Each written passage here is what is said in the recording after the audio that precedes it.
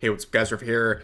So today we're going to be talking about Splitgate 2, which has been facing a lot of controversy as of recent, mainly due to some promotional efforts made by their team that have, well, upset a lot of freaks on Twitter.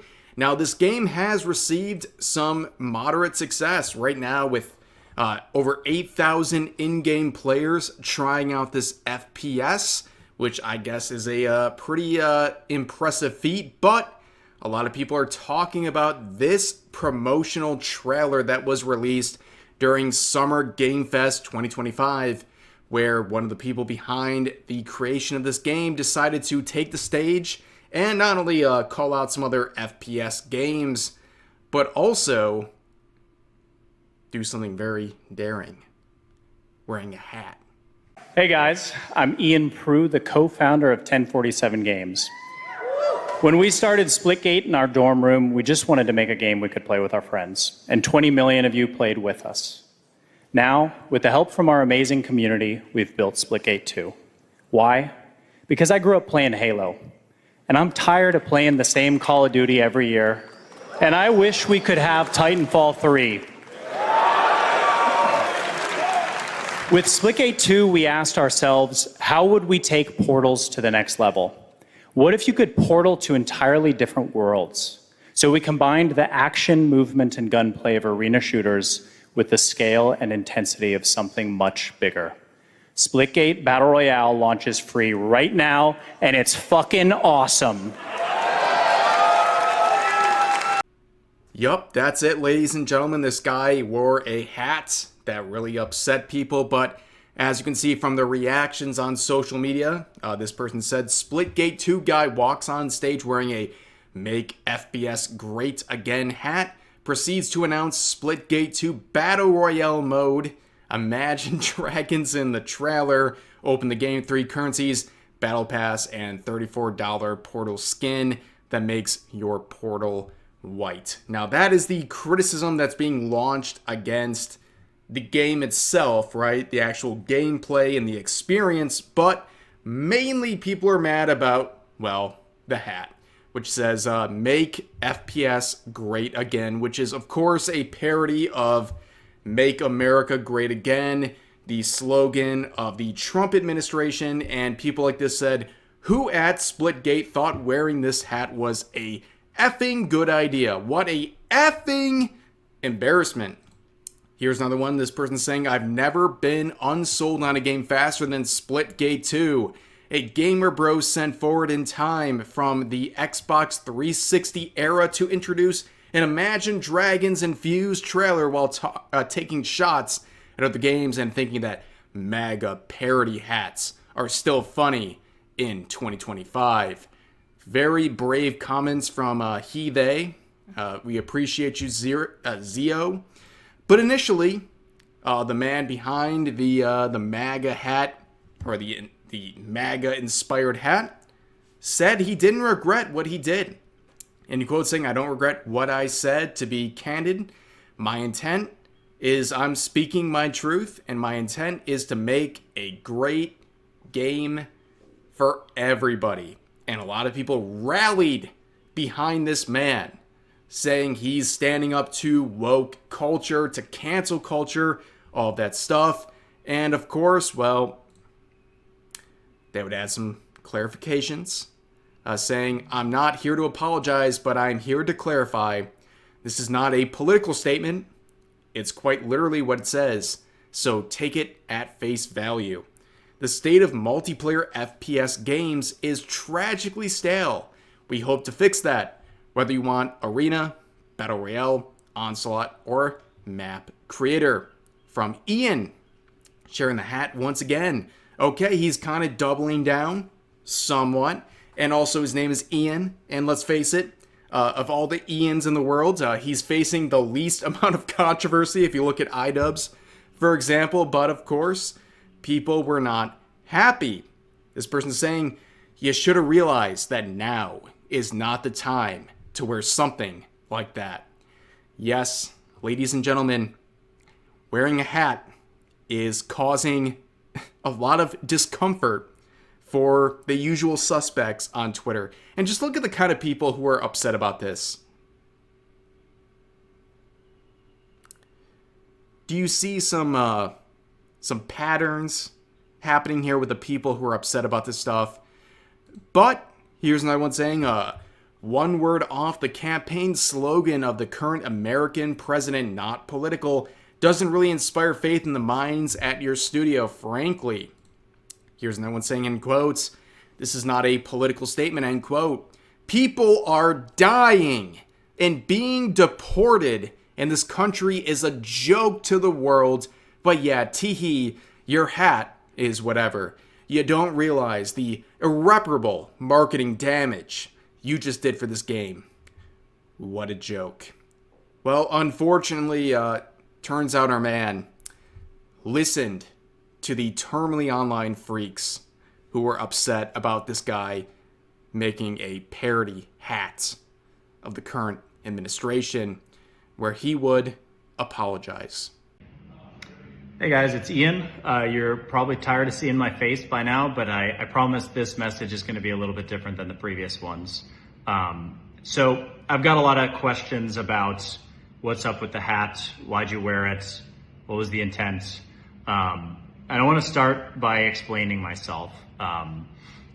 It is really freaking hard as an independent studio to break through the noise. You go to these award shows. We saw it at TGA's. We had this great trailer, and there's 50 other great trailers, and didn't really have an impact. And so at our biggest stage, coming out of beta, we needed something to grab attention. And the honest truth is we tried to think of something, and this is what we came up with. We did not intend for this to be taken in any political way whatsoever. And I'm not an idiot. Obviously I knew there would be some level of controversy, but we really saw this as a meme that was kind of stating our truth, which is we do want to improve this genre. We are disappointed with the state of the genre. And so we took it as a meme that we thought would not be nearly as received the way it was, negatively received as the way it was. And so I want to apologize. And genuinely, you can pretend, you don't have to believe me. But the truth is I am sorry. And the reason I'm sorry is because of what this has done to the community. The most important thing to me right now is I want to have an amazing community. That is the reason that I built 1047. That's the reason I love my job, is because I wake up every day. I have friends in the community, Mikavelli, Tovar, all these great people who I play games with, who I get their feedback, I talk to them. I mean, these are the people who got us through the dark times. And I hate seeing division. And that's what I'm seeing right now on both sides. There's division in the community. And for that, I am truly sorry. And again, I'll reiterate, I do stand by the intent of this, which is the intent truly is, take it at face value. We do want to improve this genre. We do feel that the genre is in a bad state, and we want to make FPS games as amazing as possible. But I also understand that it's not just about intent, it's about impact. And the platform that we have had has had a negative impact, and for that I'm truly sorry. Biggest mistake ever. Do not apologize to the mob.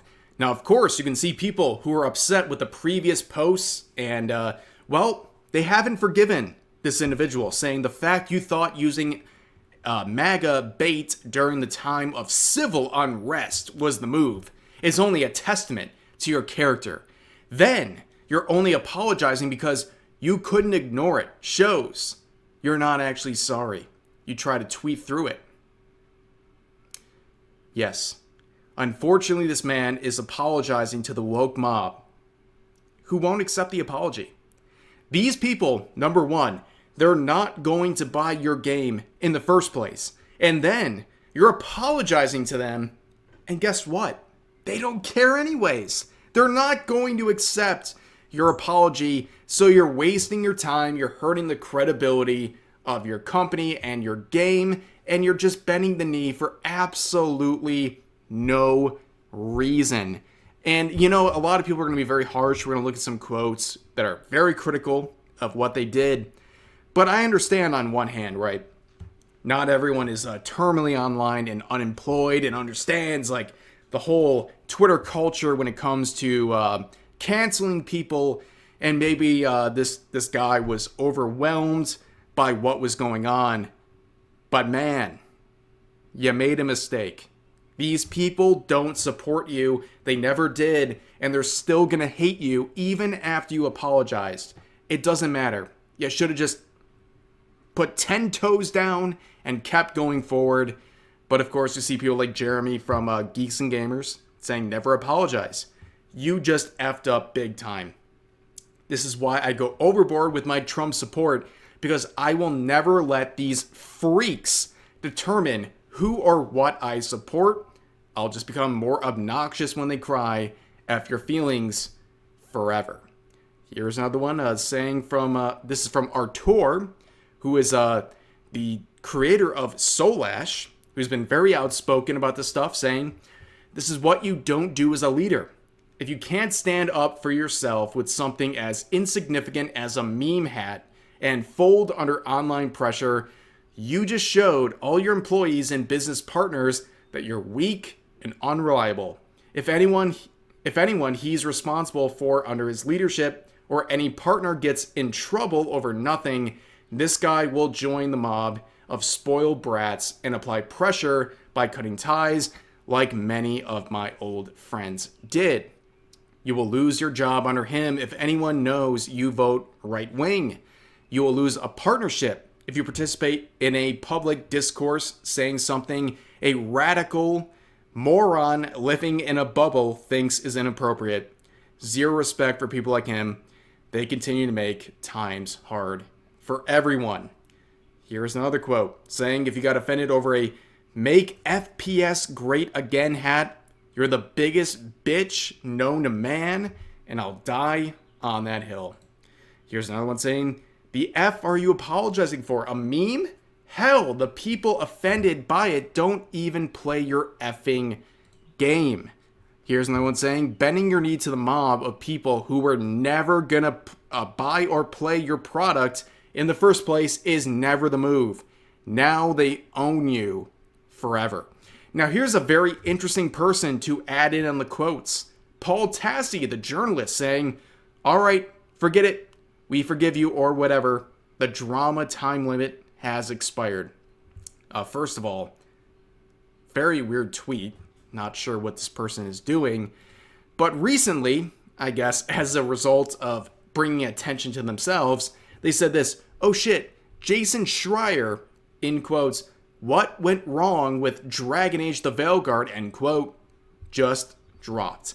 Now, understand, this guy, Jason Schreier, is now explaining why Dragon Age the Veilguard went wrong. The same guy in a now deleted tweet said, go woke, go, ooh, top the charts, showing SteamDB numbers of Dragon Age the Veilguard, where they were at about 60,000 in-game players. Of course, we know this game would flop, and BioWare would suffer massive layoffs as a result. And Jason Schreier himself would admit this, that Dragon Age the Veilguard was a big disappointment for EA. But this is the guy we're going to hear about for this game. But anyways, this person, Daniel Friedman, said despite all the BioWare higher-ups that he talked to, he intentionally missed the story. The game failed because it was defined in the minds of its audience by YouTubers making fun of its quests about pronouns. This is the game that proved that approval from Asmongold matters more than the approval from IGN for launching a successful game. Well, it was not a successful game, and also saying that YouTubers, and in particular Asmongold, are more influential than IGN is the funniest thing these people have ever willingly admitted. Now, of course, Paul would have a response saying it's easy to push back on this, but when the quote-unquote woke debates consume literally an entire online marketing campaign that can in fact be damaging, and yes, Asmongold trashing something does actually matter now, like it or not.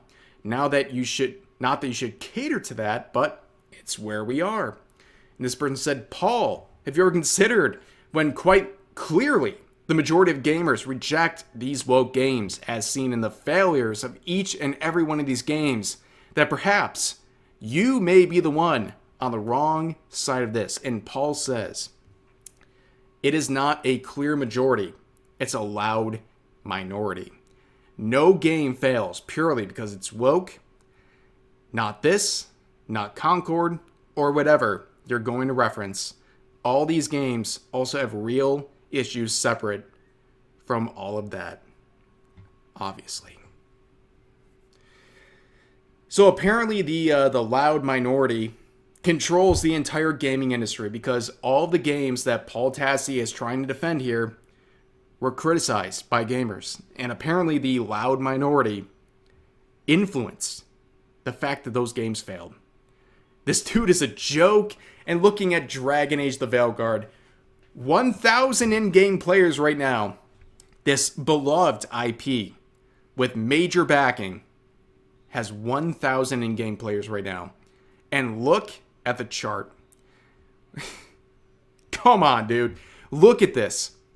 It's the loud minority, dude. It's just the loud minority. It's Asmongold. Asmongold did this. Look at the way this game has completely flatlined. I know it is a single player game, okay? But for Dragon Age, a Dragon Age IP, this is pathetic. And this dude is still trying so hard to make excuses for this game. It's ridiculous. But anyways, a long way separated from Splitgate 2, which is in its controversy, as we've covered. But that's going to do it for this video. As always, feel free to share your thoughts about today's topics in the comments section down below. Hope you guys enjoyed the video. I'll see you next time.